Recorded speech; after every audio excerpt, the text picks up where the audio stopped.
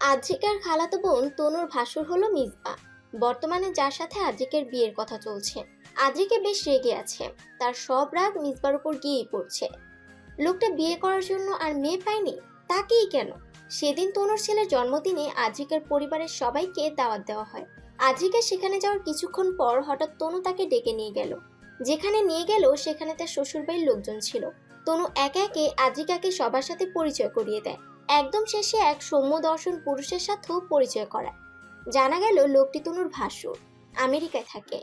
আদ্রিকা কোনো রকমে হালকার মধ্যে কুশল বিনিময় করলো কেবল। সত্যি বলতে তার মনের মধ্যে তখনই খটকা লাগছিল। মা খালাদের হাবভাবে সে এরকম কিছুই ধারণা করেছিল। আজই তার ভাবনাকে সত্যি প্রমাণ করে ওই বাড়ি থেকে খবর এলো তারা আদ্রিকাকে পুত্রবধূ হিসেবে চায়, আর বিয়েটাও 1-2 সপ্তাহের মধ্যেই হয়ে যাক, তারা এটাই চাইছে। আদ্রিকা ভার্সিটি থেকে ফিরে যখন জানতে পারলো বেশ রাগারাগি করলো, কিন্তু কেউ তার সেই রাগ আর নাকে পাত্তাই দিল না। তারপর থেকে রুমে গিয়ে চুপচাপ বসে আছে, কেউ তার কোনো কথা শুনছেই না। সবারই এক কথা, আমেরিকান সিটিজেনশিপ পাওয়া একটা ছেলেকে তো আর হাতছাড়া করা যায় না। সন্ধ্যাবেলায় তার মা এসে তাকে তাড়া দিল ভালো একটা জামা পরে তৈরি হতে। সে চমকে উঠে বলল, কেন? মিসবা আসছে, তোকে নিয়ে ঘুরতে বের হবে। কথাটা শুনে আদ্রিকার রাগ পা থেকে মাথায় উঠে গেল। এদের সমস্যা কি? সে তো বলেই দিয়েছে বিয়ে শাদী করবে না এখন, তার উপর জোর জবরদস্তি সব চাপিয়ে দিতে চাইছে এরা। আর মিসবা লোকটাও বা কেমন? বিয়ের কথা উঠেছে মাত্র, আর সে তাকে নিয়ে ঘুরতে যেতে চাইছে। কোন সাহসে সে এসব করছে এটাই বুঝে পাচ্ছে না আদ্রিকা। সে মায়ের কথা শুনলো না, বরং রুমের দরজা বন্ধ করে শুয়ে পড়লো। কিছুক্ষণ পর তার মা এসে বেশ কিছুক্ষণ দরজায় কড়া নাড়ে, চেঁচামেচি করে, সে খুললো না, বরং ঘুমিয়ে পড়লো। ঘুমানোর আধ ঘন্টাও পূর্ণ হয়নি, তার আগে আবারও দরজায় কড়া নাড়লো কেউ। আদ্রিকার কাঁচা ঘুমটা ভেঙে যেতেই তার মাথা গরম হয়ে গেল। শোয়া থেকে উঠে দরজা খুলতে খুলতেই বলল, সমস্যা কি? বলছি না কেউ ডিস্টার্ব করবে না। যাব না আমি কোথাও ঘুরতে, কোনো মিসবাহ টিসবাহর সাথে আমি ঘুরতে যাব না। দরজা খুলেই আদ্রিকা থ বনে গেল, কেননা দরজার সামনে মিসবা দাঁড়িয়ে আছে। আদ্রিকা অপ্রস্তুত হয়ে পড়ল, নিজের কাজের জন্য আর পোশাকের জন্য। সে ধরাম করে মিসবার মুখের উপর দরজা লাগিয়ে দিল। এদিকে আদ্রিকার ভাবি মাইমুনা তা দেখে মিসবার কাছে এসে কৈফিয়ত দেওয়ার ভঙ্গিতে বলতে লাগলো, কিছু মনে করবেন না ভাইয়া, আপনাকে হঠাৎ আশা করিনি তো। মেয়ে মানুষের পোশাক পরিচ্ছেদেরও একটা ব্যাপার আছে, সব অবস্থাতে তো আর কারোর সামনে যেতে পারে না। মিসবা বেশ শান্ত স্বরেই বলল, ইটস ওকে, আমি বুঝতে পারছি। মাইমুনা স্বস্তির শ্বাস ছাড়ল, তবে ভেতরে ভেতরে এখনো চিন্তা হচ্ছে। ননদের রাগ সম্পর্কে তার ধারণা আছে, মেয়েটা প্রচন্ড বদরাগী আর মেজাজি। সে বারবার সবাইকে বলেছে আদ্রিকার সাথে কথা না বলে কিছু ঠিক না করতে, কেউ তার কথা শুনেইনি। বরং আদ্রিকার ভাই আরাফাত তাকে বেশ জোরে এক ধমক দিয়ে চুপ করিয়ে দিয়েছে। একটা দীর্ঘশ্বাস ফেলে তিনি আদ্রিকার রুমের দিকে গেলেন, দরজায় নক করলেন আলতোভাবে, 2বার মৃদু গলায় ডাকেও, আদু, এই আদু, দরজা খোলো তো। ভাবির গলা পেয়ে আদ্রিকা দরজা খুলল। মাইমুনা ভেতরে ঢুকে দেখলো আদ্রিকা আগের পোশাকেই। তিনি একটু হেসে বললেন, এমন রাগ করলে চলে? লোকটার সাথে তোমার বিয়ের কথা চলছে, হয়ে তো আর যায়নি। আর তাছাড়া সে তনুর ভাসুর, এখন তার সাথে এরকম ব্যবহার করলে তনুটার উপর অনেক চাপ পড়তেও পারে। ভালো মেয়ে হয়ে থাকো, একটু একটা ভালো ড্রেস পরে আসো প্লিজ। তুমি তো বড় হয়েছো, এত ছোট নও যে বুঝবে না। আদ্রিকা হতাশ হলো। সবসময় এভাবেই তাকে সবকিছু মুখ বুজে মেনে নিতে হয়, চুপ করে সয়ে যেতে হয়। তবে এবার আর সে পারবে না। বিয়ের মতো একটা বড় অধ্যায়ে সে অন্যের কথা শুনে পা রাখবে না। তার নিজেরও কিছু ইচ্ছা আকাঙ্ক্ষা রয়েছে, একটু সময়ের প্রয়োজন রয়েছে। এসব কিছু না ভেবেই তারা তাকে জোর করছে বিয়ের জন্য। কেন? তার কান্না পায়, কেঁদেও দেয়, কিন্তু ভেতরে ভেতরে উপরে সে শক্ত, একটা শক্ত বলয় তার আশেপাশে ঘুরছে। এই প্রথম কোনো কিছুর উপর সে অনড়, তার কোনো সিদ্ধান্তের উপর। সে চুলগুলো পেঁচিয়ে ক্লিপ দিয়ে বেঁধে কভার থেকে নিজের কালো শাড়িটা বের করলো। তা দেখে মাইমুনার চোখ কপালে ওঠার মতো অবস্থা হলো। এতক্ষণ সে সাজবে না, ঘুরবে না বলল, আর এখন সরাসরি শাড়ি পরতে যাচ্ছে। তিনি মিনমিন গলায় আদ্রিকাকে বলল, আদু, শাড়ি পরতে হবে না তো, নর্মালি একটা 3 পিস পরলেই হবে। আদ্রিকা পাত্তা দিল না, সে তার ভাবিকে রুম থেকে চলে যেতে বলল। মাইমুনা ইতিউতু করে রুম ছেড়ে বের হয়ে গেল। আদ্রিকা তার কালো শাড়ির সাথে মিলিয়ে একটা কালো ব্লাউজ বের করলো। ব্লাউজটার পিঠ ভীষণ খোলামেলা। এই খোলামেলা ব্লাউজ সেলানোর জন্য দর্জির সাথে এক দফা কথা কাটাকাটি করেছিল সে। কখনোই এই ব্লাউজটা সে পরেনি, এনেই আলমারিতে তুলে রেখেছিল। আজ পরলো, সুন্দর করে সাজলো। গয়না বলতে কানের দুল পরলো, আর ঠোঁটে নুড লিপস্টিক লাগিয়ে নিল। গায়ে বেশ যত্নের সহিত শানেলের লিমিটেড এডিশন পারফিউমটা মাখে। গত মাসে পারফিউমটা দুবাই থেকে তার বড় মামি এনেছিল তার জন্য। এই পারফিউমের গ্রানটা একটু নেশা ধরনের টাইপ, সবাইকে আকর্ষণ করে। 2 বার ব্যবহার করে একটু ঝামেলায় পড়তে হয়েছিল, এরপর আর ব্যবহার করেনি। তবে আজ আবারও করলো। আয়নায় নিজেকে একবার দেখে নিয়ে রুমের দরজা খুললো। রুম থেকে বের হতেই দেখলো লিভিং এ মিসবা একা বসে আছে। আশেপাশে কেউ নেই, বাড়ির সবাই নিচে নিশ্চয়ই। তাদের কথা বলার মধ্যে আর কেউ আসবে না সে জানে। আদ্রিকার একটু অস্বস্তি বোধ হলো, তবে আশেপাশে কেউ না থাকায় একদিক দিয়ে ভালোই হয়েছে। তাছাড়া মিসবা নিচতলায় না বসে উপরের বিল্ডিং এ কেন বসলো? ঘুরতে যাবে না নাকি? সে মৃদু পায়ে এগিয়ে গেল লিভিং এরিয়ার দিকে। মিসবা একটা ম্যাগাজিন পড়ছিল বসে বসে। হঠাৎ করে একটা মোহনীয় ঘ্রাণ তার নাকে এসে লাগে। সে মাথা তোলে, পেছন ফিরে দেখলো আদ্রিকা হেঁটে আসছে। সে তাকিয়েই রইল আদ্রিকার দিকে। আদ্রিকা তার মুখের দিকে তাকিয়ে মুচকি হেসে তার সামনের সোফায় গিয়ে বসলো। মিসবার সামনে দিয়ে যাওয়ার সময় পিঠে ছড়িয়ে রাখা চুলগুলো একপাশে এনে রাখলো, তাতে তার ফর্সা পিঠটা উকি দিল। মিসবা তা দেখে স্তব্ধ হয়ে গেল। আদ্রিকা সোফায় বসলো খুব আবেদনময়ী ভঙ্গিতে। শাড়ির আঁচল ভেদ করে তার তুলতুলে পেট দেখা যাচ্ছে। মিসবার বুকটা মৃদু কাঁপছে। মেয়েটা এত দুষ্টু করে শাড়ি পরেছে কেন? তার গলা শুকিয়ে যাচ্ছে। একটু খেয়াল করতে বুঝতে পারলো বেশ গরম লাগছে। সে নড়ে চড়ে বসলো, সামনে থাকা পানির গ্লাস হাতে নিল, এক ঢোকে অনেকটা পানি পান করলো। আদ্রিকা ঠোঁট চেপে মুচকি হাসছে। বাচ্চা ধনকে আরো নাস্তানাবুদ করবে সে। ঘুরতে যাবেন না? মিসবার রিনরিনে কণ্ঠস্বরটা শুনে সরাসরি আদ্রিকার মুখের দিকে তাকালো, বলল, আপনি যেতে চাইছিলেন না, তাই প্ল্যানটা ক্যান্সেল করে দিয়েছি। ও, বেশ ভালো করেছেন। আমরা এখানে বসে গল্প করি, বেশ ভালো হবে। মিসবা আদ্রিকার হাবভাব বুঝে উঠতে পারছে না। এই মেয়েটাকে সে ওই দিন বেশ শান্ত, নম্র, ভদ্রমেয়ে হিসেবেই দেখেছিল। আজ মেয়েটাকে অন্যরকম লাগছে কেন? সে নিজেকে স্বাভাবিক রাখার চেষ্টা করছে। তার মন মস্তিষ্ক দুটোই বলছে মেয়েটা কিছু একটা পরিকল্পনা করেই তার সামনে এভাবে এসেছে। সমস্যা নেই, সেও মেয়েটার ফাঁদে পা দিচ্ছে না। যেমন কুকুর তার তেমন মুগুর হতে হবে। সে বেশ আয়েশি ভঙ্গিতে বসলো, বলল, হ্যাঁ, এটাই ভালো। আদ্রিকা কথা খুঁজে নিয়ে বলল, আমেরিকায় কোথায় থাকেন? New York. ও, আমার ভার্জিনিয়া ভালো লাগে। ভার্জিনিয়ার সৌন্দর্যের অনেক গল্প শুনেছি। নিউ ইয়র্ক নিয়ে কোনো ইন্টারেস্ট নেই। তাচ্ছিল্য করে বলল কথাটা। মিসবাও মৃদু হেসে বলল, ভার্জিনিয়ায় আমার রেস্ট হাউস আছে, বিয়ের পর চাইলে ওখানে শিফট হওয়া যাবে। আদ্রিকা কটমট দৃষ্টিতে তাকালো। রেস্ট হাউস আছে? ঢং! টাকার গরম খুব। সে একবার সোফায় 2 পা তুলে ভাঁজ করে বসলো। সেই সময় তার সুন্দর গরনের পাগুলো এক পলকের জন্য মিসবা দেখলো। আদ্রিকা বলল, বেশ ভালো। তবে জানেন কি, আজকাল বিদেশ থেকে দেশে আসলে মানুষ এমন ভাব করে মনে হয় যেন কত কিসে। একটু খোঁজ নিলেই জানা যায় সে বিদেশে ম্যাথরের কাজ করে। মিসবা হাসলো। মেয়েটা তাকে ইনসাল্ট করতে চাইছে, করুক, সে মজা পাচ্ছে। মাইমুনা হাতে করে খাবারের ট্রে নিয়ে আসলো। ননদের এইরূপ দেখে তার নিজেরই লজ্জা লেগে গেল। কোনো মতে টেবিলে খাবার সাজিয়ে দিয়ে মিসবাকে উদ্দেশ্য করে বলল, ভাইয়া, আজকে ডিনারটা আমাদের সাথে করবেন কিন্তু। আজ তো সম্ভব নয়, অন্য একদিন করব। আজ আমার এক জায়গায় যেতে হবে। আদ্রিকার মুখ কুঁচকে গেল। অন্য এক জায়গায় যেতে হবে, তাহলে তাকে নিয়ে ঘুরতে যেতে চাইলো কেন? অসভ্য লোক একটা। মাইমুনা মিসবার কথার জবাবে হেসে বলল, আমি কিন্তু জানি না ভাইয়া, মার চাচিরা সব আয়োজন সেরে ফেলেছে। আজ না খাই ছাড়বে না বলে মনে হয় না। তাদের কিভাবে ম্যানেজ করবেন সেটা আপনি ভালো জানেন। মাইমুনা চলে যাওয়ার আগে ইশারায় আদ্রিকাকে শাড়িটা ঠিক করতে বলল। আদ্রিকা পাত্তাও দিল না তাকে। চায়ের কাপ হাতে তুলে নিয়ে আদ্রিকা বলল, আমার না শ্যামবর্ণের পুরুষ মানুষ ভালো লাগে। লম্বায় বড় জোর 5 ফুট 10 হবে এমন ছেলে পছন্দ। এর বেশি হলে ভালো লাগে না। আপনিই বলুন, এত লম্বা ছেলে দিয়ে আমি কি করব? সিলিং পরিষ্কার করব? মিসবা মৃদু হেসে চায়ে চুমুক দিল। তার উচ্চতা 6 ফুট 2 ইঞ্চি। ছোট থেকেই ফর্সা ছিল, তবে আমেরিকায় যাওয়ার পর গায়ের সেই উজ্জ্বলতা আরো বেড়েছে। আদ্রিকার কণ্ঠটা সে বেশ ভালো করে ধরতে পারল। মিসবাকে চুপ করে কথা হজম করতে দেখে আদ্রিকা পুনরায় বলল, ছেলেরা হবে হ্যাংলা পাতলা, ঝড়ের গতিতে দৌড়ে কাজকর্ম করবে এমন। মোটা ছেলে আমার ভালোই লাগে না। মোটা বলতে যাদের ভুঁড়ি আছে তাদের বলিনি। ভুঁড়ি থাকা ছেলেগুলোকে আমার ভালোই লাগে, বরং একটা মায়া লাগে। তারা আমার কাছে রাজপুত্র সম। মোটা বলছি তাদেরকে যারা পাহাড়ের মতো বডি তৈরি করেছে। বডি বিল্ডার গুলোকে বলছি। আমি বুঝি না ওরা এত বডি তৈরি করে কি লাভ পায়। মিসবা এবার আদ্রিকার চোখের দিকে তাকায়। আদ্রিকা দেখলো মিসবা হাসছে, তবে দুষ্ট হাসি হাসছে। তার হঠাৎ করে কেমন কেমন অনুভূতি হলো। আঁচল দিয়ে নিজেকে ঢেকে ফেললো। মিসবা চোখ নামায়, চায়ে পুনরায় চুমুক দেয়। আদ্রিকার ভালো লাগছিল না। বিরক্ত হয়ে বলল, উফ, খুব গরম লাগছে। এতক্ষণে মিসবা কথা বলল, তাও আবার এমন একটি কথা যা শুনে আধিকার মুখটা আপনা আপনি হাঁ হয়ে গেল। মিসবা তাকে বলল, শাড়িটা খুলে ফেলুন তাহলে। আজিকের বিস্মিত চাহনি দেখে মিসবা মজা পায়। আজিকে বলল, আপনার মাথা খারাপ হলো নাকি? আমি ভেবেছিলাম আপনি খোলামেলা পোশাকে কমফোর্ট ফিল করেন, তাই বলেছি। খোঁচাটা একদম গায়ে এসে লাগলো।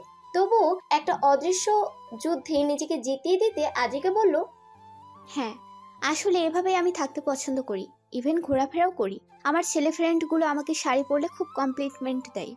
তাই? অবশ্যই। আপনি তো দেখলেন এতক্ষণ। আচ্ছা, আমাকে কেমন লাগছে? হট নাকি সেক্সি? মিসবা মাথা নিচু করে দাঁত দিয়ে ঠোঁট কামড়ে ধরে হাসে।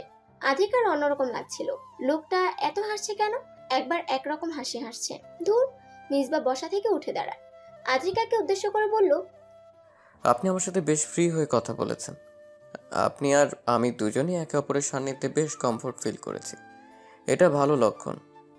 আশা করা যায় আমরা খুব ভালো যুগল হতে চলেছি, যাদের দেখলে লোকে বলবে মেড ফর ইচ আদার।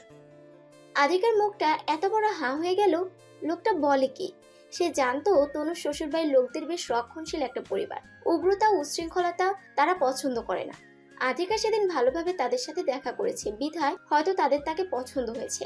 আজ নিশ্চয়ই তার এমন রূপ আর কথা বলার ধরন দেখে চোটে গিয়ে মিসবা বিয়েটা ক্যান্সেল করে দিত। অথচ মিসবা যা বলছে তাতে তো উল্টো মনে হচ্ছে। মিসবা এবার আধিকার দিকে এগিয়ে আসতে বলল, কয়েক বছর আমেরিকা থাকার সুবাদে এসব দেখে আমি অভ্যস্ত। তাই আপনি ফেইল। আপনার ট্রিক্স কাজ করলো না, অন্তত আমার উপরে তো নয়। মিসবা আজিকার পাশে বসে আজিকার শাড়ির আঁচলের নিচে হাত গলিয়ে তার পেট স্পর্শ করলো। তারপর কোমর ধরে টেনে নিজের দিকে এনে কানে ফিসফিস করে কিছু কথা বলল। তখন যে আজিকা বলেছিল বডি রেখে কি লাভ, সেই লাভের কথাটাই সে আজিকাকে জানাচ্ছে।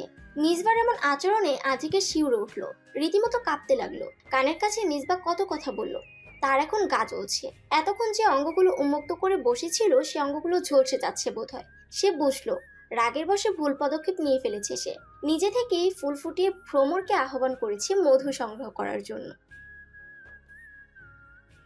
লোকটা আমার সাথে অসভ্যতা করেছে ভাবি। কথাটা বলেই কান্নায় ভেঙে পড়লো আজিকা। মাইমুনা অবাক হয়ে ননদের দিকে তাকিয়ে রইল। মিসবা আজিকার সাথে অসভ্যতা করেছে সে ভাবতেই পারছে না। মিসবাকে যথেষ্ট নম্র ভদ্র মনে হয়েছে। সে এমন কাজ কিভাবে করবে?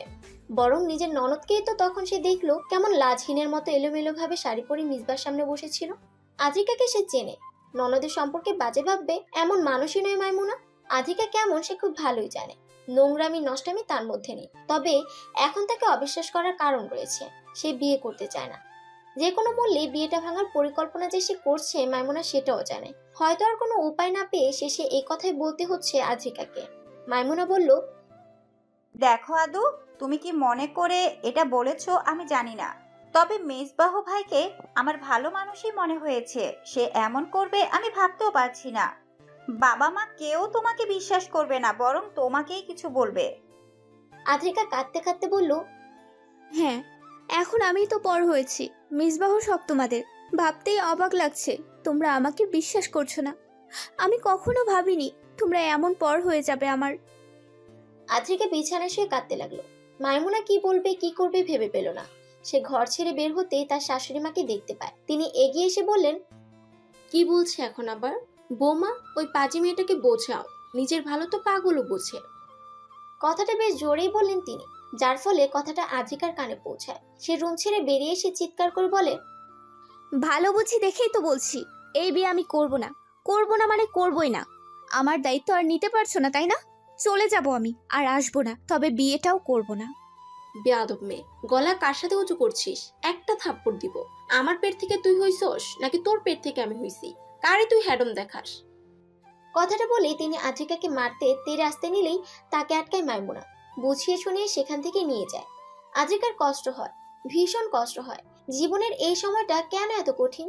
বিয়ে নামক এই প্রথাটা মনে হয় যেন গলা টিপে মেরে ফেলছে তাকে। তার শ্বাস নিতে কষ্ট হয়। ভীষণ উত্তেজিত হয়ে পড়লে আদ্রিকার এই সমস্যা তৈরি হয়। সে হাঁসফাঁস করতে করতে রুমে ঢুকলো, কিন্তু কোথাও খুঁজে পাচ্ছে না ইনহেলারটা। তার এদিকে দম বন্ধ হয়ে যাচ্ছে। সে বিছানায় গায়ে লিয়ে দিচ্ছিল যখন তখন তার বাবা মোজাম্মেল হক রুমে আসে। মেয়েকে কিছু কড়া কথা শোনাতেই মূলত তার আশা। অথচ এসে দেখেন তার মেয়ে দম বন্ধ করে কষ্টে ছটফট করছে। তিনি ছুটে এলেন, তাড়াতাড়ি করে কাভার্ড খুলে নতুন ইনহেলারটা বের করে দিলেন। আদ্রিকার জন্য এখানে সবসময় একটা রাখাই হয়, অথচ আদ্রিকার নিজেরও মনে ছিল না। ইনহেলারটা নিয়ে এসে মোজাম্মেল হক মেয়ের পাশে বসে মাথাটা তুলে ধরে বলতে লাগলেন, আম্মা, আমার আম্মা।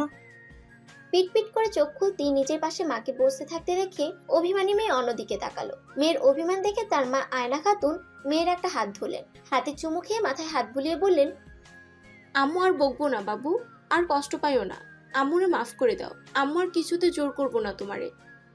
আদ্রিকা ছলছল নয়নে মায়ের দিকে তাকালো। এই তো তার চিরচেনা সে কোমল মা। তখনকার পাষাণ মহিলার সাথে এর কোনো মিল নেই। সে ফুফিয়ে কেঁদে উঠল। আরাফাত এসে বোনকে বলল, থাক, আর কাঁদে না, আর কাঁদা লাগবে না, তোর বিয়ে দেব না আমরা। ভাইয়ের কথা শুনে আদ্রিকা সত্যি অবাক হলো। ভাইকে তাকে ভুলিয়ে ভালিয়ে এখন মিথ্যে বলছে নাকি সত্যি? সে ভাবির দিকে তাকালো। মাইমুনা মৃদু হেসে ননদকে বলল, আব্বা ঘোষণা দিয়েছেন তার মেয়েকে তিনি নাকি আর বিয়েই দিবেন না। আদ্রিকার হাসি পায়। আয়না খাতুন মেয়েকে নিজের হাতে ভাত খাইয়ে দিলেন। এরপর মাইমুনা সবটা সময় পাশে বসা ছিল। যদিও তার একটু খারাপ লাগছিল বিয়েটা ভেঙে দেওয়াতে, কিন্তু আদ্রিকার হাসি দেখে তার ভালো লাগছে। মোজাম্মেল হক মিসবাহকেই প্রথমে ব্যাপারটা জানায়। ছেলেটাকে তার খুব বুঝতার মনে হয়েছে। এই ব্যাপারে তার সাথে কথা বললেই ভালো হবে। তিনি বুঝলেন, হলো তাই। মিসবাহ জানালো কোনো সমস্যা নেই, সে তার পরিবারকে বোঝাবে। তনুর যেন কোনো অসম্মান না হয়, তাই মিসবাহ তার পরিবারকে জানালো এখনই বিয়ে করবে না, সে পরের বার দেশে আসলে বিয়ে করবে। মিসবার মা কথাটা শোনার পর বেশ রাগারাগি করলেন। ছেলেটা নিশ্চয়ই বিদেশিনীর খপ্পরে পড়েছে, নয়তো এত বলার পরও বিয়ে করছে না কেন? আদ্রিকার মতো পরি মেয়েকেও নাকি বিয়ে করবে না, ছেলের মাথায় গিয়েছে। রাগ করে মিসবার সাথে তিনি কথা বলা বন্ধ করে দিলেন। তনু ভীষণ অপরাধ বোধে ভুগতে থাকে। তার জন্যই মিসবার সত্যিটা তার মাকে জানাতে পারল না। মা ছেলের এই মনোমালিন্য তার সহ্য হয় না। আদ্রিকার উপরই তার সব রাগ গিয়ে পড়ল। মিসবার ছুটি শেষ হতে চলেছে, আর 2 সপ্তাহ আছে। গোটা 6 দিন ছেলের সাথে কথা বলেনি রাহেলা বেগম। এদিকে ছেলে মা করছে, তার ছুটিও শেষ। মায়ের মন তো বেশিক্ষণ রাগ অভিমান করে থাকতে পারলো না। 6 দিনের দিন ছেলেকে ঠিকই বুকে জড়িয়ে নিলেন। মিসবা চলে যাবে, যেহেতু সেই উপলক্ষে তনুর বাবার বাড়ি থেকে সবাইকে দাওয়াত দেওয়া হলো। মিসবাদের পাশাপাশি আদ্রিকাদেরও বলা হলো। আদ্রিকা মোটেও চাইছিল না অসভ্য লোকটার সাথে পুনরায় দেখা করতে, কিন্তু না গিয়ে উপায় নেই। খালামুনিরা এমনিতেও তার উপর চটে আছে, আর চটিয়ে লাভ নেই কোনো। দুপুর 12টার দিকে মা ভাবি সহ সেজেগুজে সে তনুদের বাড়িতে গেল। গিয়ে দেখে মিসবারা এখনো আসেনি। সে সবার সাথে মিশে মজা করলো, ঘুরলো, খাওয়া দাওয়া করলো। 1:30টায় মিসবারা আসতেই সে উপরে তনুর ছোট বোন অনু রুমে ঢুকে পড়লো। অনু তারও ছোট। আদ্রিকাকে দেখে বলল, কি হলো আপা? ভালো লাগছে না, একটু ঘুমোবো। আমাকে যেন কেউ ডিস্টার্ব না করে, সেদিকে খেয়াল রাখিস। আচ্ছা। আদ্রিকা শুয়ে পড়লো। আর একসময় সত্যি তার চোখে ঘুম এলো। ঘুম থেকে উঠলো সন্ধ্যার দিকে। উঠেই তার মাথা হ্যাং হয়ে গেল। এতটা সময় ঘুমিয়েছিল? যাক, ভালোই হয়েছে। মিসবারা নিশ্চয়ই চলে গেছে। সে ফ্রেশ হয়ে রুম থেকে বের হতে কারো সারা শব্দ পেল না। তবে মিসবারা সত্যি চলে গেছে। সে ভীষণ খুশি হলো। তাথিনতা করতে করতে সিঁড়ির মুখে আসতে সদর দরজা দিয়ে একজনকে ঢুকতে দেখে দৌড়ে নিচে নামতে থাকে আর জোরে ডেকে উঠলো, তাহসান ভাইয়া। তাহসান হেসে ফেললো আদ্রিকাকে এভাবে দৌড়ে আসতে দেখে। গা থেকে কোটটা খুলে বলল, বুড়ি কখন এসেছিস? দুপুরে। তুমি যে আসবে আমি জানতাম না। আমি নিজেও জানতাম না সকালে। দুপুরে প্রজেক্টের কাজ শেষ, তাই চলে এসেছি। সবাই কোথায়? পুরো বাড়ি যে ফাঁকা। জানি না, আমিও তো মাত্র ঘুম থেকে উঠলাম। তাহসান হেসে গাল টেনে দিল আদ্রিকার, বলল, সারাদিন এত ঘুমাস কেন? কি করব, সিঙ্গেল মানুষদের তো আর কেউ নেই যে গল্প করবে, তাদের ঘুমিয়ে কাটাতে হয়। ওরে তাই? আচ্ছা চল, মিঙ্গেল হয়ে যা। কিভাবে? প্রেম কর আমার সাথে। করব বলছো? করবি বলছিস? না বাবা, এসবের শখ নেই আমার। আচ্ছা থাক, তবে বিয়েই কর।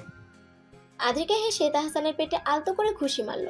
তাহসান হেসে তার হাত ধরে ফেললো। হঠাৎ মামা বলে চিৎকার করে ওঠে তনুর ছেলেটা। তাহসান আর আদ্রিকা দুজনে পেছন ফিরে দেখলো তনুর ছেলে লাবিবকে কোলে নিয়ে মিসবা দাঁড়িয়ে আছে। আদ্রিকা বেশ অপ্রস্তুত হয়ে পড়লো মিসবাকে দেখে। তার হঠাৎ করেই মনে হলো মিসবার চোখ মুখে সে বোধহয় অভিমান দেখলো। এমন কেন মনে হলো সে নিজেই বুঝতে পারলো না। আর্থিকা বর্তমানে তনুদের সুইমিং পুল এরিয়াতে বসে আছে। সে একা নয়, বলতে গেলে সবাই সেখানে উপস্থিত। তাহসানদের পরিবার, তাদের পরিবার, মিসবাহদের পরিবার, সবাই রয়েছে। আদ্রিকার খালামণিরা মিসবাদের জোর করে আটকে রেখেছে। ডিনার না করিয়ে নাকি ছাড়বেই না।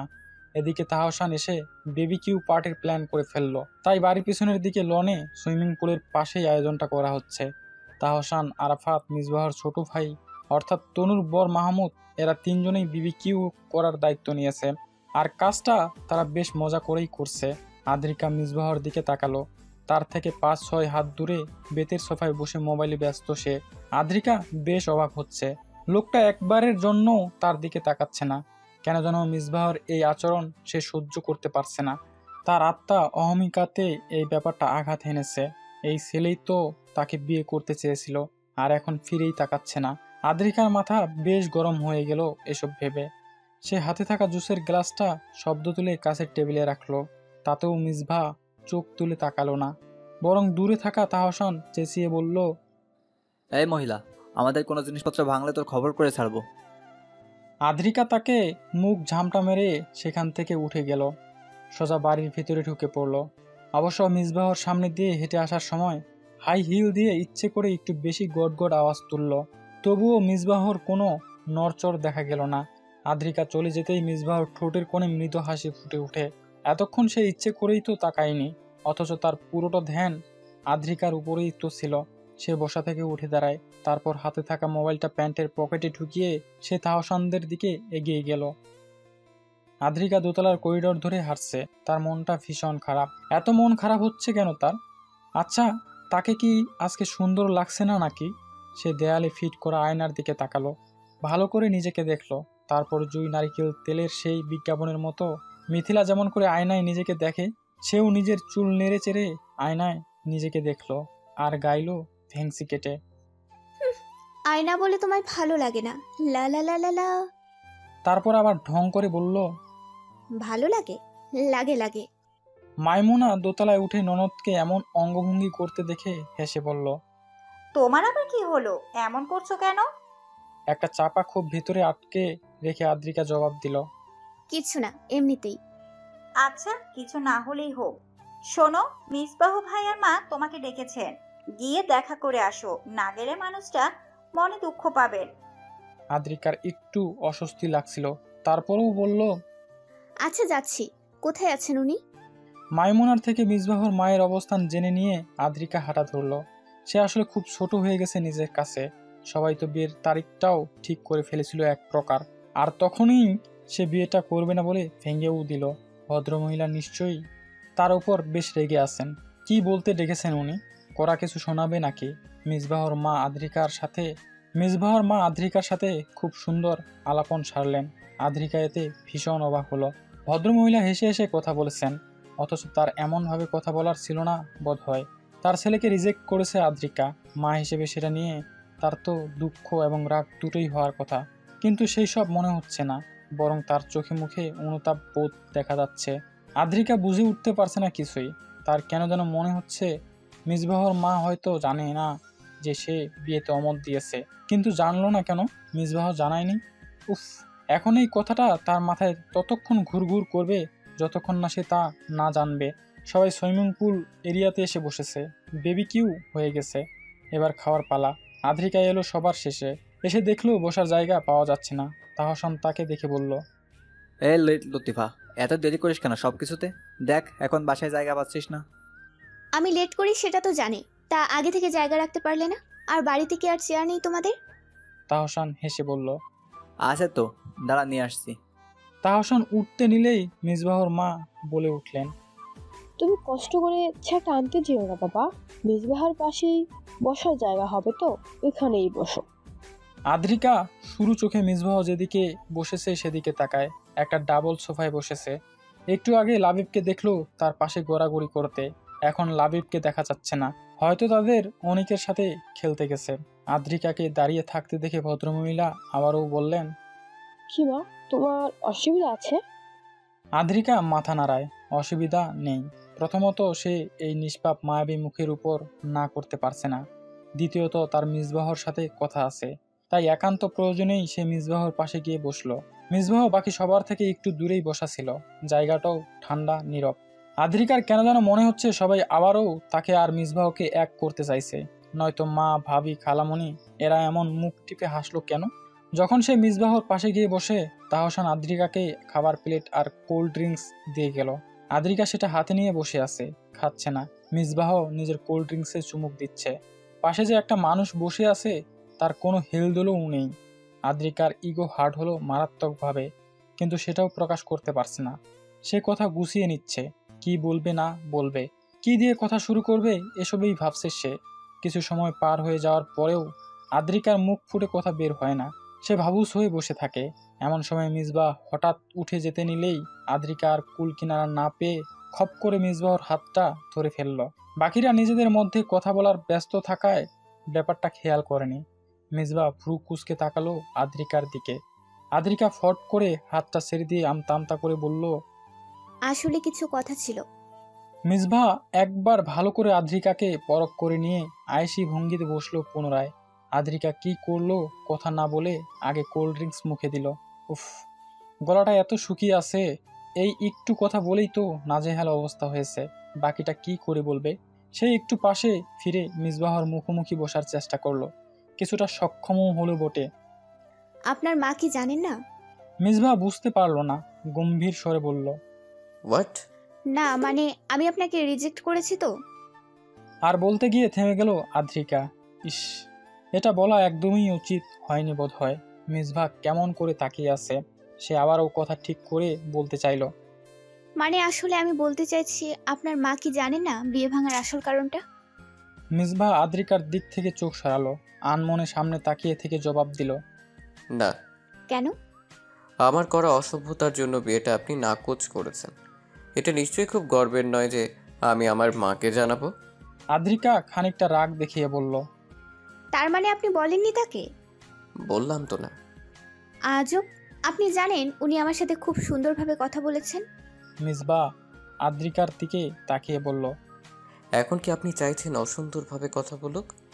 না সেটা নয়, মানে উনি বোধহয়, আসলে আমার মনে হচ্ছে সবাই বোধহয় পুনরায় চাইছে আমাদের বিয়েটা হোক। তাহলে আপনি কি জানিয়ে দিন আমার মাকে, সে আর দ্বিতীয়বার এই কথা ভাববে না। আদ্রিকার মিসবাহর এমন কাট জবাবে রাগ হয়। সে এভাবে কথা বলছে কেন? আমি জানাতে চাইছি না। ভালো। মিসবাহ উঠে চলে গেল। আদ্রিকার হঠাৎই খুব কান্না পায়। কেন যেন ভালো লাগছে না, কষ্ট হচ্ছে। কারণটা কি? নিশ্চয়ই ইগো হার্ট হয়েছে বলে এমন হচ্ছে। সে তো ছোট থেকেই অপেক্ষা অবহেলা সইতে পারে না, হয়তো এই কারণেই এমন হচ্ছে। আদ্রিকার আর খেতে ইচ্ছে করলো না। সে প্লেটটা রেখে বাড়ির ভিতরে ঢুকে পড়লো। নিজের ভ্যানিটি ব্যাগটা নিয়ে সোজা বাড়ি থেকে বের হয়ে গেল। কেউ দেখলো না। রাস্তায় এসে একটা রিক্সা নিয়ে নিজের বাসার দিকে রওনা হলো। আর যেতে যেতেই হঠাৎ তার চোখের কোণে অশ্রু জমাট বাঁধল। খুব জলদি সে কেঁদে দিতে পারে। এই আদু, ওঠ, দাওয়াতে যাবি না? আদ্রিকা ঘুম ঘুম চোখে আরশিয়ার দিকে তাকালো, অবাক হয়ে বলল, বড় আপু, তুমি কখন এলে? এই তো 1 ঘন্টা হয়েছে। তুই এত ঘুম কাতুরে কেন রে? এসেই তো আমি চিল্লাফাল্লা শুরু করে দিয়েছিলাম, অথচ তুই একবারে উঠে আসলি না। ব্যাপার কি? না সেরকম না, কাল রাতে 2:30টা পর্যন্ত আমি অ্যাসাইনমেন্ট তৈরি করেছিলাম, তাই একটু বেলা গড়িয়ে গেল। আরশিয়া বিছানায় বসতে বসতেই বলল, যা জলদি ফ্রেশ হয়ে আয়, গোসল দিয়ে নে একেবারে। আদ্রিকা শোয়া থেকে উঠতে উঠতে বলল, কেন? বললাম না দাওয়াত আছে। দাওয়াত? কোথায়? আমি তো জানি না। জানিস না? আরে সত্যি জানি না। তনু শ্বশুরবাড়ি থেকে সবাইকে দাওয়াত করা হয়েছে। তনুর ভাসুর মিসবাহ সামনে সোমবার চলে যাচ্ছে, তাই একটা গেট টুগেদারের আয়োজন করা হয়েছে। আদ্রিকার হঠাৎ করে মনটা কেমন খারাপ হয়ে গেল, কিন্তু সে এটা বুঝে উঠতে পারলো না কেন মন খারাপ হলো। মিসবাহ চলে যাচ্ছে বলে নাকি তাকে এখন মিসবাহদের বাড়িতে যেতে হবে তাই? আরশিয়া আদ্রিকাকে চুপ করে থাকতে দেখে বলল, যাবি না? ধুর, আমি কেন যাব? তোমরা যাও, আমার কাজ আছে। ভাবছি 12টায় একবার ভার্সিটিতে যাব। আজ তো শুক্রবার, ভার্সিটিতে তো ক্লাস নেই। আদ্রিকার টনক নড়ে। উফ, এখন কোন অজুহাত দিবে সে? আদ্রিকাকে ভাবনায় মশগুল থাকতে দেখে আরশিয়া হেসে বলল, এক্সকিউজ মি, সাজানোর দরকার নেই। তনুর শাশুড়ি কল দিয়ে পই পই করে বলে দিয়েছে তোকে যেন নিয়ে যায়। আমাকে কেন? দেখ, চল না, মজাই হবে। মামাদের কেউ বলেছে। মিথি যাবে? হ্যাঁ, মিথিও যাবে। এখন যাবি তো? তোর বান্ধবী মিথিও যাচ্ছে। আদ্রিকা বিরক্ত মুখ করে কাবার থেকে জামা বের করতে নিলেই আরশিয়া বলে উঠল, শাড়ি পরিস। কেন? আজকে মেয়েরা সবাই নাকি শাড়ি পরবে, তনু বলেছে। আমি পড়তে পারবো না। কেন, তুই কি ছেলে? আদ্রিকা অসহায় দৃষ্টিতে তাকায় বড় বোনের দিকে। আরশিয়া হেসে বসা থেকে উঠে পড়ল। তোকে শাড়িতে সবচেয়ে বেশি ভালো লাগে, কেউ একবার দেখলে আর চোখ ফেরাতেই পারবে না, বুঝলি? আরশিয়া চলে যেতেই আদ্রিকা কিছুক্ষণ চুপ করে দাঁড়িয়ে থাকে। ওই দিন মিসবা তাকে একবারও তাকিয়ে দেখেনি, অথচ এর আগে তাদের বাড়িতে সে তার দিকে তাকিয়েছিল, হেসে কথা বলেছিল। আদ্রিকার হঠাৎ করেই অস্বস্তি হতে থাকে। সে মিসবাহকে নিয়ে কেন এত ভাবছে? মাথাটা খারাপ হলো নাকি? যদিও যাবে না, শাড়ি পরবে না বলেছে আদ্রিকা, তারপরেও সে সবার আগে খুব সুন্দর করে সেজে শাড়ি পরে তৈরি হয়ে গেল। তা দেখে মাইমুনা আর আরশিয়া মিটিমিটি হাসে। বড় বোন আর ভাবির প্রতিক্রিয়া দেখে আদ্রিকা একটু লজ্জা পায়, তাই সে নিজেকে স্বাভাবিক রাখতে চুপচাপ বসে থাকে আর মোবাইল টিপে। অতঃপর দুপুর 1টা বাজতেই সবাই বেরিয়ে পড়ে।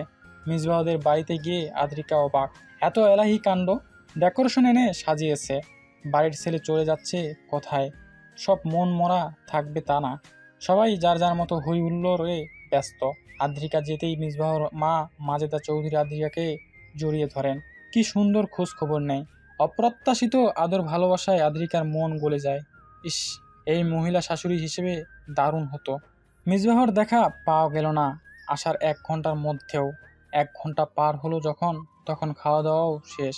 সবাই ড্রয়িং রুমে বসেছে আড্ডা দিবে বলে। মিসবাহকে তখনই দেখলো আদ্রিকা। একটা কালো পাঞ্জাবি আর সাদা পাজামা পরনে তার। ফর্সা সুঠাম দেহে এই পাঞ্জাবি পরায় এত বেশি আকর্ষণীয় লাগছে তাকে। মিসবাহর মুখে সর্বদা মৃত হাসি লেপ্টে থাকে। মানুষটা বোধহয় হাসতে খুব ভালোবাসে। আদ্রিকা দেখে চোখ সরাতে পারে না। আশ্চর্য রকম ভাবে খুব বেহায়ের মতোই সে তাকিয়েছিল। মাইমুনা আদ্রিকার পাশেই বসা ছিল। সে আদ্রিকাকে হাত দিয়ে আলতো করে গুঁতো মেরে কানের কাছে ফিসফিসিয়ে বলল, এই আদু, এমন ভাবে তাকিয়ে আছো কেন মিসবাহ ভাইয়ের দিকে? সবাই দেখছে তো, কি ভাববে? আদ্রিকা বেশ অপ্রস্তুত হয়ে পড়ল। ইস, সে ভুলেই গিয়েছিল তারা দুজন ছাড়াও আরো কেউ যে আছে। সে ভীষণ লজ্জায় পড়ে গেল। আশেপাশে তাকাতে দেখলো তেমন কেউ খেয়াল করেনি, সবাই যার যার মতো কথা বলছে। কিন্তু মিসবাহ কি খেয়াল করেছে? মিসবাহ দেখলেই তো সর্বনাশ। মিসবাহর কাছে ভুলেও ছোট হওয়া যাবে না। সে সবার সাথে গল্পে মশগুল হতে পারল না। তার মাথায় মিসবাহ চক্রের মতো ঘুরছে। মিসবাহকে চাইলেই এক নজর দেখতে পারে, অথচ সে লজ্জা সংকোচে চোখ তুলে তাকাতে পারছে না। তারপরও লাশ লজ্জার মাথা খেয়ে আর চোখে তার সামনের সোফায় বসে থাকা মিসবাহকে সে দেখেছে, আর সবার সাথে হাসি খুশি হয়ে সে কথা বলছে। আর আদ্রিকার দিকে ফিরেও তাকালো না। বড় আপা ভুল বলেছে, শাড়িতে আদ্রিকাকে মোটেও ভালো লাগে না, মোটেও না। যদি ভালো লাগতো তবে মিসবাহ কি একবারও না তাকিয়ে পারতো? আদ্রিকার হঠাৎ করেই নিজেকে খুব ছোট মনে হতে থাকে। এই আসরে বসার মতো যোগ্য মনে হয় না তার নিজেকে। সে বসা থেকে উঠে দাঁড়াতেই তাহসান বলল, এ তুই কোথায় যাচ্ছিস? তাহসানের কথা শুনে সবাই তাকালো আদ্রিকার দিকে, তবুও মিসবাহ তাকালো না। আদ্রিকার এত অভিমান হলো, সে জবাব না দিয়ে হন হন করে দোতলায় চলে গেল। মাজেদা চৌধুরী একটা রুম দেখিয়ে দিয়ে বলেছিল বিশ্রাম করতে চাইলে এখানে আসতে। এই রুমে কেউ আসবে না, নিশ্চিন্তে এখানে দুদণ্ড রেস্ট নিতে পারবে সে। আদ্রিকা চট করেই দক্ষিণ দিকের সেই রুমটায় ঢুকে পড়ল। কার রুম, কেমন রুম, কিছুই দেখলো না। ঢুকে গিয়েই ভেতরে থাকা বড় বিছানায় শুয়ে পড়ল। তার খুব কাঁদতে ইচ্ছা করছে, কেন সে নিজেই জানে না। সে কেঁদেও ফেলে, নিঃশব্দ কান্না। শুধু থেকে থেকে তার বুক পিঠ দুলে দুলে উঠছে। শাড়ির আঁচল দিয়ে চোখের কণের গড়িয়ে পড়া পানিগুলো মুছতে মুছতেও একসময় সে বিরক্ত হয়ে গেল। বেশ কিছুক্ষণ কাদার পর খুব হালকা লাগছিল। তারপর কখন সে ঘুমিয়ে পড়ল টেরই পেল না। আদ্রিকার যখন ঘুম ভাঙে তখন বিকেল 5টা বাজছিল। চোখ মেলেই আদ্রিকা দেখতে পায় মিসবাহকে। তখনই সে খুব চমকে উঠে। মিসবাহ তার সামনেই ব্যালকনির পাশের সোফায় বসে কফি খাচ্ছে। আদ্রিকা শোয়া থেকে উঠতেই সেও আদ্রিকার দিকে তাকালো। আদ্রিকা বেশ বিব্রত বোধ করলো। শাড়ি ঠিক আছে কিনা দেখে নিল। শাড়ি পরে ঘুমালে বাজে অবস্থা হয় তার, কোনো কিছুই ঠিকঠাক থাকে না। এখন সব ঠিক দেখে সে স্বস্তির শ্বাস ছাড়ে। আদ্রিকা মিসবাহর দিকে তাকিয়ে ক্ষিপ্ত গলায় বলল, আপনি এখানে কি করছেন? এত অসভ্য হয় কিভাবে একটা মানুষ? একটা মেয়ে ঘুমিয়ে থাকলে সেই রুমে আসা মোটেও উচিত না। হাতের মগটা টেবিলে রেখে মিসবাহ সোফায় হেলান দিয়ে বলল, সরি ফর দ্যাট, কিন্তু আমার রুমে আমি আসতেই পারি। আপনার রুম? আদ্রিকা অবাক হয়ে বলল। মিসবাহ হেসে বলল, হ্যাঁ, আমার রুম জানতে না নাকি? আদ্রিকা বিছানা ছাড়তে ছাড়তেই বলল। জানলে কি আর আসতাম? মিসবা ছোট্ট করে জবাব দিল। ও, মিসবা আদ্রিকার উপস্থিতি ভুলে গিয়ে পুনরায় কফিতেই মনোনিবেশ করলো। আদ্রিকা ব্যাগটা হাতে নিয়ে চলেই যাচ্ছিল, কিন্তু আয়নায় নিজের বিধ্বস্ত রূপ দেখে ঘাবড়ে গেল। কাজল লিপটে গেছে, গাল বেয়ে গড়িয়ে পড়া, চোখের পানি শুকিয়ে গেছে। দেখেই যে কেউ বুঝে যাবে সে কান্না করছিল, কিন্তু কারণটা যখন জিজ্ঞেস করবে তখন সে কি জবাব দিবে? ওয়াশরুমটা ওইদিকে। আকস্মিক মিসবাহর কথা শুনে আদ্রিকা একটু চমকে গেলেও পিছন ফিরে তাকালো। মিসবাহ হাতের ইশারায় ওয়াশরুমটা দেখিয়ে দিতেই কি মনে করে সে ব্যাগ থেকে তার ফেস ওয়াশ নিয়ে ওয়াশরুমে ঢুকে পড়লো। তারপর ফ্রেশ হয়ে আসতেই দেখলো মিসবাহ নেই। ব্যাগে ফেস ওয়াশটা রেখে টিস্যু দিয়েই মুখটা মুছলো সে। তারপর শাড়িটা একটু ঠিক করে নিয়ে যখন চলে আসবে তখনই দেখতে পায় ব্যালকনি থেকে মিসবাহ আসছে, তার কানে ফোন। আদ্রিকাকে চলে যেতে দেখে কান থেকে ফোনটা নামিয়ে বলল, আপনার চা। ভ্রু কুঁচকে তাকালো আদ্রিকা। মিসবাহ চোখ দিয়ে ইশারা করতেই আদ্রিকা দেখলো সোফার পাশে সেন্টার টেবিলটাতে চা সহ আরো কিছু খাবার রয়েছে। আদ্রিকা সেসব দেখে পুনরায় মিসবাহর দিকে তাকালো। মিসবাহ তা দেখে ফোনের ওপাশে থাকা ব্যক্তিকে পরে কল করবে জানিয়ে কলটা কেটে দিল। তারপর এগিয়ে এসে আদ্রিকাকে বলল, তনু দিয়ে গেছে, বলল মা পাঠিয়েছেন আপনার জন্য। এখন এত সব আমি খেতে পারবো না। চা কিন্তু খাওয়াই যায়। মিসবাহ সোফায় বসলো। আদ্রিকা ভাবলো হয়তো মিসবাহ তার সাথে কথা বলতে চাইছে, আর এটা ভেবেই তার মনটা কেন যেন খুশিতে ভরে গেল। সেও বসে চায়ের কাপটা হাতে নিল। 2 চুমুক 3 চুমুক 4 চুমুক খাওয়া হয়ে গেল। মিসবাহকে কোনো কথা বলতে দেখা গেল না, বরং সে মোবাইলেই ব্যস্ত। আদ্রিকা বুঝলো মিসবাহ তাকে কোনো রকম গুরুত্ব দিচ্ছে না। মিসবাহর কাছে তার বিন্দুমাত্র মূল্য নেই। সেখানে আলাপ জমানো তো দূরের কথা, লোকটার মনে এতটা অহংকার, এতটা আত্মকেন্দ্রিক সে। ছি, আদ্রিকার একটু আগেই খুশিতে ভরে যাওয়া মনটা হঠাৎ করেই কেমন বিষাদে ছেয়ে গেল। এতক্ষণ যে চাটা খেতে খুবই ভালো লাগছিল সেটাও এখন কেমন তেতো হয়ে গেল। অপমান অপেক্ষা সইতে না পেরে আদ্রিকা উঠে দাঁড়ায়। তাকে দাঁড়াতে দেখে মিসবাহ চোখ তুলে তাকিয়ে বলল, কি হলো, চাটা শেষ করলে না যে? চাটা খুব বাজে হয়েছে, গলা দিয়ে নামছে না আর। আদ্রিকা চলে এলো। নিচে এসে দেখলো সবাই বসে আছে একসাথে। তাকে দেখে আরশিয়া বলল, কোথায় ছিলি? ঘুমিয়ে পড়েছিলাম। কই, তনুর রুমে তো আমরা ছিলাম, তোকে তো দেখিনি। অন্য একটা রুমে ছিলাম। ওহ, বলেই আরশিয়া তার মেয়েটাকে মায়ের কাছে দিয়ে আসার জন্য বসা থেকে উঠে দাঁড়ালো। সে চলে যেতেই কেউ একজন বলে উঠল, কোন রুমে ছিলে গো? পেছন থেকে অন্য কারো গলা পেয়ে আদ্রিকা ঘাড় ফেরায়। দেখলো তনুর চাচাতো বোন মনিকা। মেয়েটাকে দেখেই আদ্রিকার মেজাজ আরো বেশি বিগড়ে গেল। এই মেয়েটা চূড়ান্ত রকমের ফাজিল আর অসভ্য, অভদ্র। ছেলে দেখলেই ঢলে পড়ার স্বভাব এর, আর অন্য মেয়েদের ছোট করে কথা বলার মধ্যে সে আনন্দ খুঁজে পায়। আদ্রিকা জবাব দিল না কোনো। মনিকা এবার সামনে এসে বসলো, তারপর বলল, বলো না কোন রুমে ছিলে? আদ্রিকা বিরক্ত হয়ে বলল, কোন রুমে ছিলাম এটা জানাটা কি খুব দরকার? আর যে রুমেই থাকি না কেন, তোমার কি? মনিকা 2 কাঁধ নাচিয়ে জবাব দিল, আমার কিছুই না, না মানে আমি উপরেই ছিলাম। তোমাকে মিসবাহা ভাইয়ার রুম থেকে বের হতে দেখেছিলাম। এর আগে দরজাটাও বন্ধ ছিল, আর মিসবাহা ভাইয়াকে ঢুকতে দেখেছিলাম। না মানে এভাবে একটা পরপুরুষের রুমে এতটা সময় কি করছিলে? আদ্রিকার কথাটা শুনে গা জ্বলে গেল। কতটা অসভ্য হলে মেয়েটা এমন কথা বলতে পারে। ইচ্ছে করছিল ঠাটিয়ে একটা চর মারতে, কিন্তু ইচ্ছেটাকে বহু কষ্টে দমিয়ে রাখে। মিসবাহ উপর থেকে আসছিল, তাকে দেখেই এক প্রকার মৌমাছির মতো উড়ে গিয়ে মনিকা তার সামনে গিয়ে দাঁড়ালো। মেয়েটা একেবারে গা ঘেঁষে দাঁড়ানোর চেষ্টা করছে মিসবাহর। ঘৃণায় সেদিক থেকে চোখ সরিয়ে নেয় আদ্রিকা। তার গা কাঁপছে, খারাপ লাগছে। আরশিয়া মেয়েকে রেখে এসে আবার আদ্রিকার পাশে বসে বোনকে একটু অন্যরকম মুখ করে থাকতে দেখে বলল, কিরে, শরীর খারাপ করছে? না। তবে এমন লাগছে কেন? উফ, কেমন লাগছে জানি না, বুঝে উঠতে পারছি না। মিসবাহ আর মনিকা কথা বলতে বলতে এক কোনায় গিয়ে দাঁড়াতেই আদ্রিকা বলল, দেখেছো দেখেছো কি খারাপ ওরা? ওই তোমাদের প্রিয় মিসবাহ মেয়েটার সাথে কেমন ঢং করে কাছাকাছি দাঁড়িয়ে কথা বলছে, কেমন দেখা যাচ্ছে। ছি, বিশ্রী। আরশিয়া সেদিকে একবার তাকিয়ে মুচকি হেসে বলল, তাতে তোর কি? আমার কি হবে? আমার কিছুই হবে না। লোকে কি বলবে? হ্যাঁ, আর মেয়েটা তো ভালো না, চেনই তো। মিসবাহ তো রাম ছাগল, তাই বুঝতে পারছে না। আরশিয়া হাসি চেপে রেখে বলল, আশ্চর্য, মিসবাকে নিয়ে তুই এত কেন ভাবছিস এখন? প্রেমে পড়ছিস? কচু পড়েছি। মিথি পাশে বসে সব শুনছিল। সে চট করেই বলে উঠল, যাই বলিস, মিসবা ভাইকে ওর সাথেই ভালো মানিয়েছে। আদ্রিকা কথাটা শুনে কিছুক্ষণ কটমট দৃষ্টিতে সেদিকে তাকিয়ে থেকে দাঁতে দাঁত চেপে বলল, হ্যাঁ, ঠিকই বলেছিস। দুটো অসভ্য মানুষকে মানাচ্ছে ভালো। আমি ভালো মানুষ, সভ্য মানুষ। আমার মতো একজন জীবন সঙ্গী হবে দেখিস। ফেরার সময় আদ্রিকা যখন গাড়িতে উঠল, মিথি বলল, তুই মিসবা ভাইয়ের রুমে ছিলি তাই না? তখন তো শুনেছিস, মনিকা বলল তো। মিথি হেসে বলল, জানিস, মনিকা বারবার মিসবা ভাইয়ের রুমে যেতে চাইছিল। মিসবা ভাই কোনোভাবেই রুমে ঢুকতে দিল না।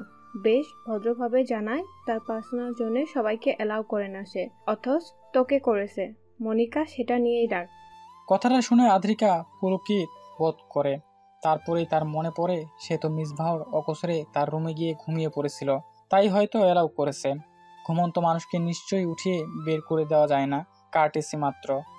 আদ্রিকা গাড়ির দরজাটা টানতে নিলেই কেউ একজন পাশে এসে দাঁড়ায়। আদ্রিকা চোখ তুলে তাকায় মানুষটার দিকে। মিসবাহ দাঁড়িয়ে আছে। সে খুব যতনে গাড়ি থেকে বের হয়ে থাকা আদ্রিকার শাড়ির আঁচলটা তুলে দিল। তারপর দরজাটা নিজে বন্ধ করে দিয়ে বলল, ভালো থেকো, আল্লাহ হাফেজ। গাড়ি ছেড়ে দিল। আদ্রিকার চোখটা হঠাৎ করেই ভিজে উঠল। এই মানুষটাকে সে হয়তো আর কোনোদিন দেখতে পারবে না, কোনোদিন না। কথাটা ভাবতেই তার বুক ভাঙ্গা কান্না আসছে। আশ্চর্য, লোকটাকে সে কি ভালোবেসে ফেলেছে? রুমের এক কোণে চুপটি করে বসে আদ্রিকা মিসবাহকে নিয়ে ভাবছে। লোকটা সেদিন ফেরার পথে তাকে ভালো থেকো বলেছিল, তুমি করে বলেছিল। আচ্ছা, আপনি থেকে হঠাৎ তুমিতে এলো কেন? তবে সেও কি তেমন কিছু অনুভব করে যেমনটা আদ্রিকা করে? আদ্রিকা নিজেই ভেবে পাচ্ছে না তার অনুভূতিটার নাম কি। কি নাম দেওয়াই বা যায় এই অনুভূতিকে? এটা কি কেবল ইগোর খেলা নয়, অন্য কিছু আছে এতে? আদ্রিকা তো ইগো ভেবেই বসেছিল, অথচ এখন মনে হচ্ছে অন্য কিছু। এই যে একটু আগে ভাবি এসে জানালো মিসবাহ আমেরিকার উদ্দেশ্যে রওনা দিয়েছে, প্ল্যানে আছে এখন। কথাটা শুনে তার এত কেন কষ্ট হচ্ছে? মিসবাহকে কেন চোখের সামনে দেখতে ইচ্ছে করছে? কেন মনের মধ্যে মানুষটাকে একটু শুয়ে দেখার স্বাদ জাগছে? কেন? এসবের কি জবাব আছে? কোথায় গেলে পাওয়া যাবে সেই জবাব? আদ্রিকার চোখে পানি টলমল করছে। না, লোকটা নিশ্চয়ই সেরকম কিছু অনুভব করে না। 2 দিন আগেই তো তাদের বাড়ি থেকে মিসবাহদের দাওয়াত করা হয়েছিল। মিসবাহ ব্যস্ততা দেখিয়ে দাওয়াতটা ফিরিয়ে দিয়েছে। কেন দাওয়াতটা ফিরিয়ে দিয়েছে সে? আদ্রিকাকে কি তার একটু দেখতে ইচ্ছে করেনি? অথচ বোকা আদ্রিকা তার আসার অপেক্ষায় প্রহর গুনছিল। কখন সে আসবে, কখন এক পলক দেখবে তাকে। মিসবাহ সোশ্যাল মিডিয়াতে নেই। আদ্রিকার কাছে মিসবাহর কোনো ছবিও নেই যে একটু দেখবে। মিসবাহ মানুষটা তাকে এমনভাবে ঘরের মধ্যে ঘিরে রেখেছে যে তার সব কিছুতেই দিশাহারা লাগছে।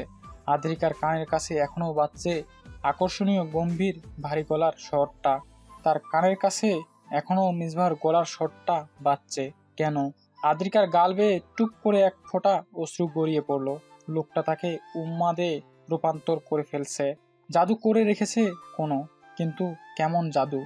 কালো জাদু নাকি লাল জাদু? আদ্রিকার নানি বলেন লাল জাদু হলো প্রেমের জাদু, ওটা ভালো জাদু। একবার কারো উপর তার প্রয়োগ ঘটলে কোনোভাবেই ছুটানো যায় না। বড়ই অসম্ভব সেই জাদু থেকে মুক্তি লাভ করা। এই জাদু হঠাৎ এমন সুখের সাগরে ভাসায়, আবার হঠাৎ করেই এত কষ্ট আর দুঃখ করিয়ে আনে যার কোনো শেষ নেই। কখনো হাসায়, কখনো কাঁদায়। এই জাদুতে রোগ হয়। প্রথমে হয় মনে, তারপর মন থেকে দেহে। দেহের রোগটা ঠিক করা গেলেও মনেরটা ঠিক হয় না, আজীবন মনের মধ্যে থেকে যায়, হয় সুখ হয়ে নয়তো দুঃখ হয়ে। আদ্রিকার এখন মনে হচ্ছে লাল জাদুটাই তার উপর মিসবাহ করেছে। অনুরাজ গায়ে হলুদ। আদ্রিকা এসেছে সন্ধ্যার একটু আগে। আজকে তার চাকরির ইন্টারভিউ ছিল। আসার পর থেকেই বেশ কিছু মহিলার কটু কথা তার কানেও এসেছে। তার থেকে 4 বছরের ছোট মেয়েটার বিয়ে হয়ে যাচ্ছে, অথচ তার বিয়ের কোনো নামগন্ধ নেই।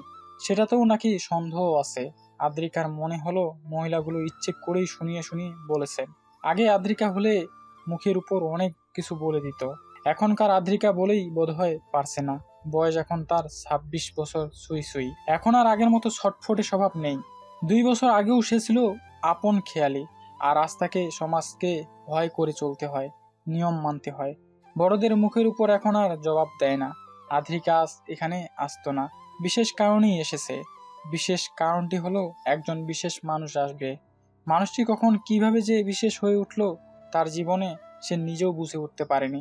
গত 2টা বছর আনমনে সে মানুষটিকে ভালোবেসেছে, কারণে কিংবা অকারণে। পরশুদিন সন্ধ্যায় তার বাবা তাকে ড্রয়িং রুমে ডেকে পাঠায়। সে সেখানে উপস্থিত হতেই তিনি জানান, তোমার বিয়ে নিয়ে কোনো চিন্তা ভাবনা আছে? বয়স তো হয়েছে, পড়ালেখাও শেষ, এখন নিশ্চয়ই বিয়ে করতে তোমার আপত্তি থাকার কথা নয়। আদ্রিকা কি বলবে ভেবে পেল না। আসলেই আর কত কারণ দেখাবে, সে নিজেও এখন হাঁপিয়ে গেছে। তাকে চুপ থাকতে দেখে তার বাবা পুনরায় বললেন, দেখো, তুমি আমার মেয়ে, আমার দায়িত্ব। আমার তোমাকে সুপাত্রে দান করতে হবে। আমার শখ তোমার বিয়েটা দেখে যাওয়ার।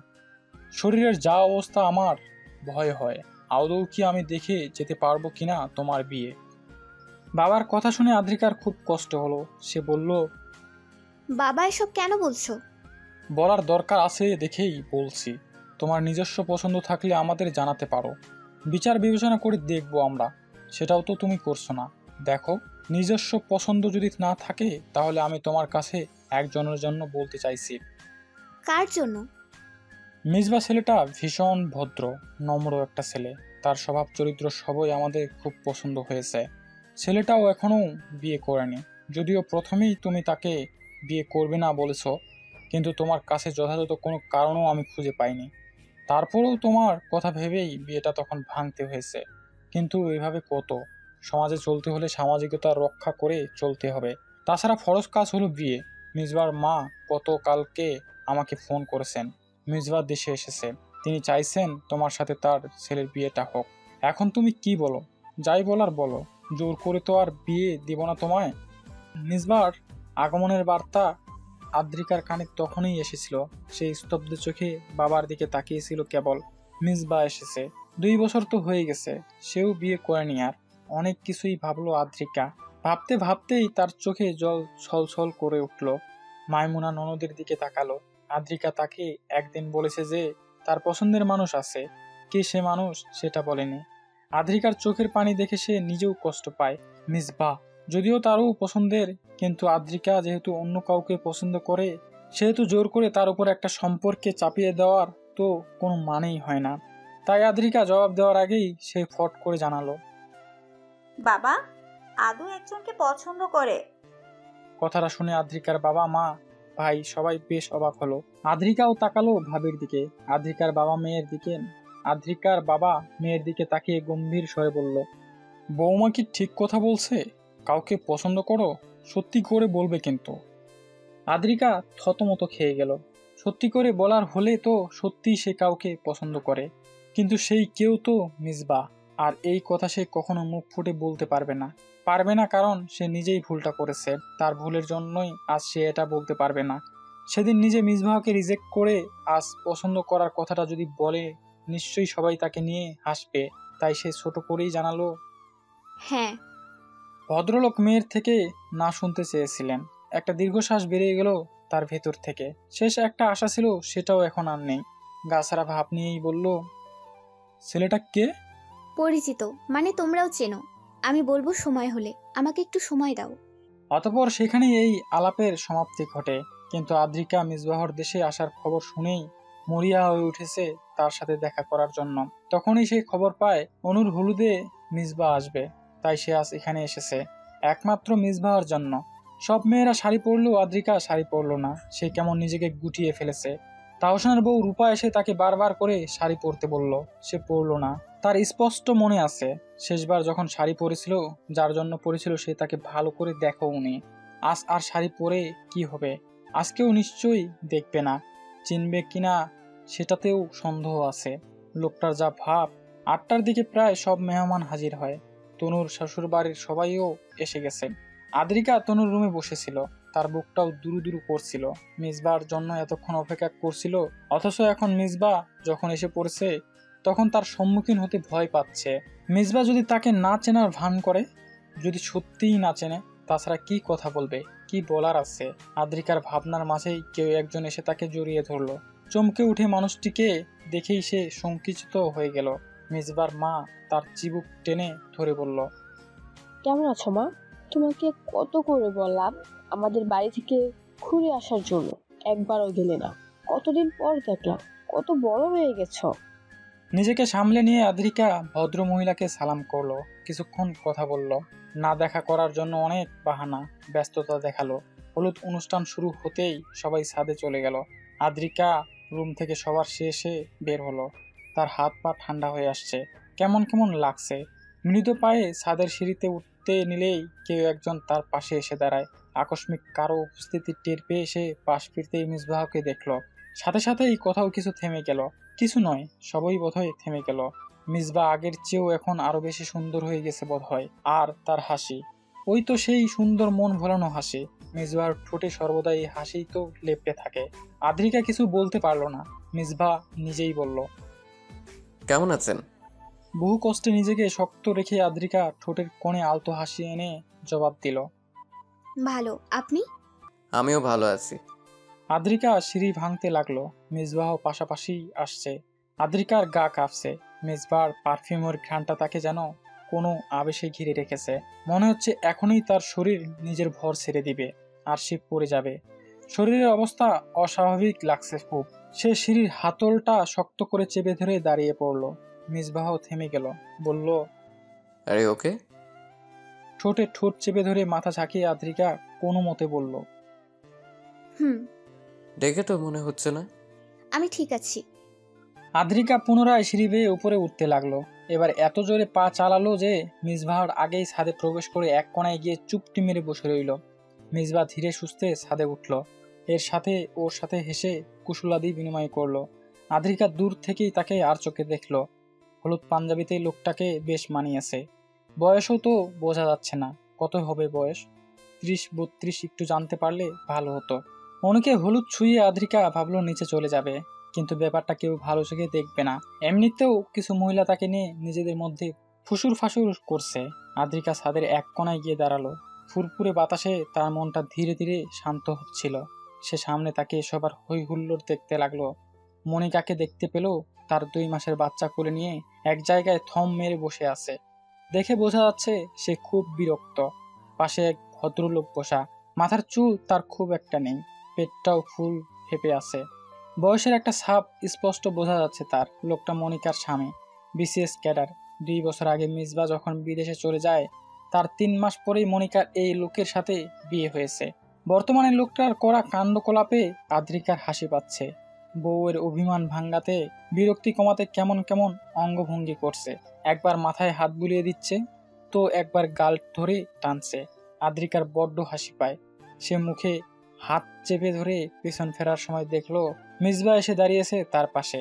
তার হাসিটা থেমে গেল মিসবাহকে দেখে। অবাক নয়নে তাকিয়ে রইল কেবল। মিসবাহ বলল, কি ব্যাপার, এত হাসছেন যে? না, এমনিতেই। ও আচ্ছা। আদ্রিকা চোখ মুখ শক্ত করে দাঁড়িয়ে রইল। তার মুখে কোনো রা নেই। মিসবাহ নিঃশব্দ দাঁড়িয়েছিল কিছুক্ষণ। তারপর একসময় নীরবতা ভাঙলো। বলল, মুখটা এমন করে রেখেছেন কেন? হাসতেই তো সুন্দর লাগছিল।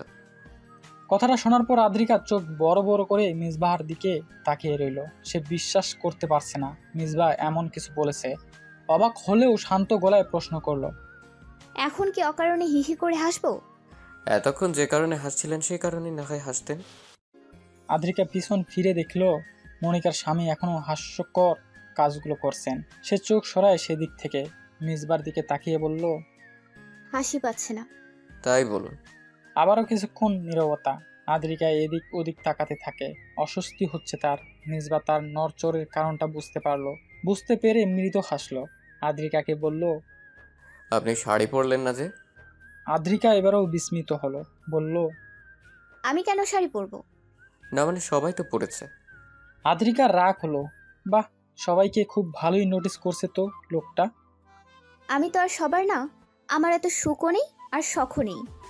মিসবা আদ্রিকার চোখে চোখ রাখে, তারপর খুব ভারী স্বরে বলল, কেন নেই? আদ্রিকা সেই চোখের দিকে বেশিক্ষণ তাকাতে পারলো না। সে আশেপাশে তাকালো ভালো করে। সবাই ব্যস্ত, ভিড়ের মাঝে এদিকে কেউ দেখছে না। সে বলল, আপনি দেশে ফিরেছেন কবে? 1 সপ্তাহ হয়ে গেছে। ও, আপনি জানতেন না?